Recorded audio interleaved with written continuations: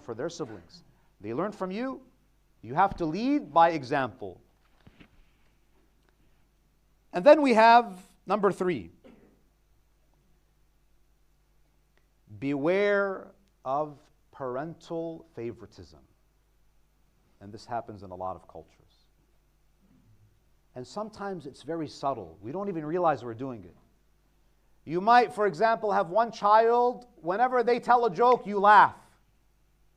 And when another child tells a joke, something as subtle as that, it hurts the child. They feel like they're not the favorites. You might have a child that excels at school, and some parents do that. Your brother got an A+ and you got a C.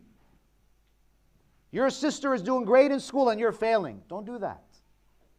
Because you think that's motivating them, but all that is doing is sowing the seeds of envy. If you look at the story of Yusuf alayhi salam, what is the first thing that Yaqub says to Yusuf after he shares his mystical dream? لا تقصص رؤياك على إخوتك.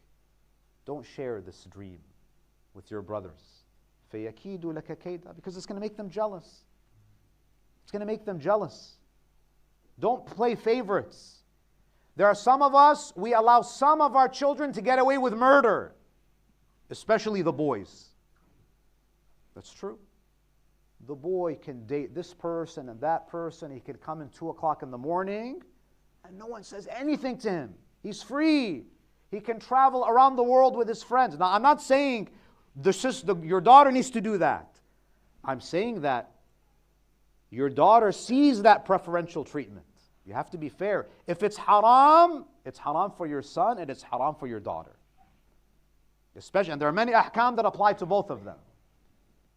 If it's haram to date, if it's haram to have relations outside of marriage, it's haram for your son and for your daughter, not just for your daughter.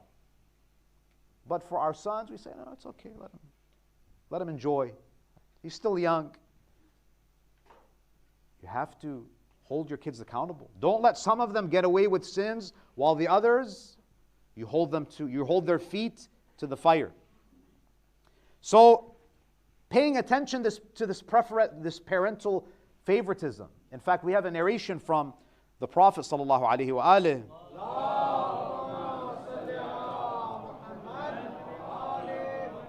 The narration is from Amir al-Mu'mineen, where he says, he's reporting an incident that took place in the lifetime of the Prophet.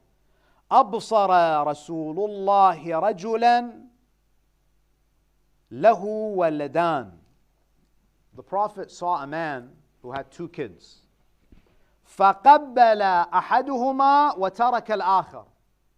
The Prophet saw a father, a parent, kissing and showing affection to one child and ignoring the other.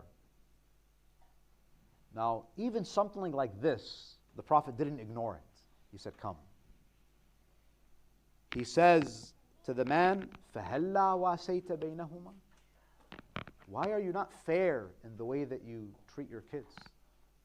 The Prophet ﷺ rebuked this man. He didn't rebuke him because he was hitting his other kid. He was just neglecting him, showing more affection to one than the other. Number 4, and this is especially important when your kids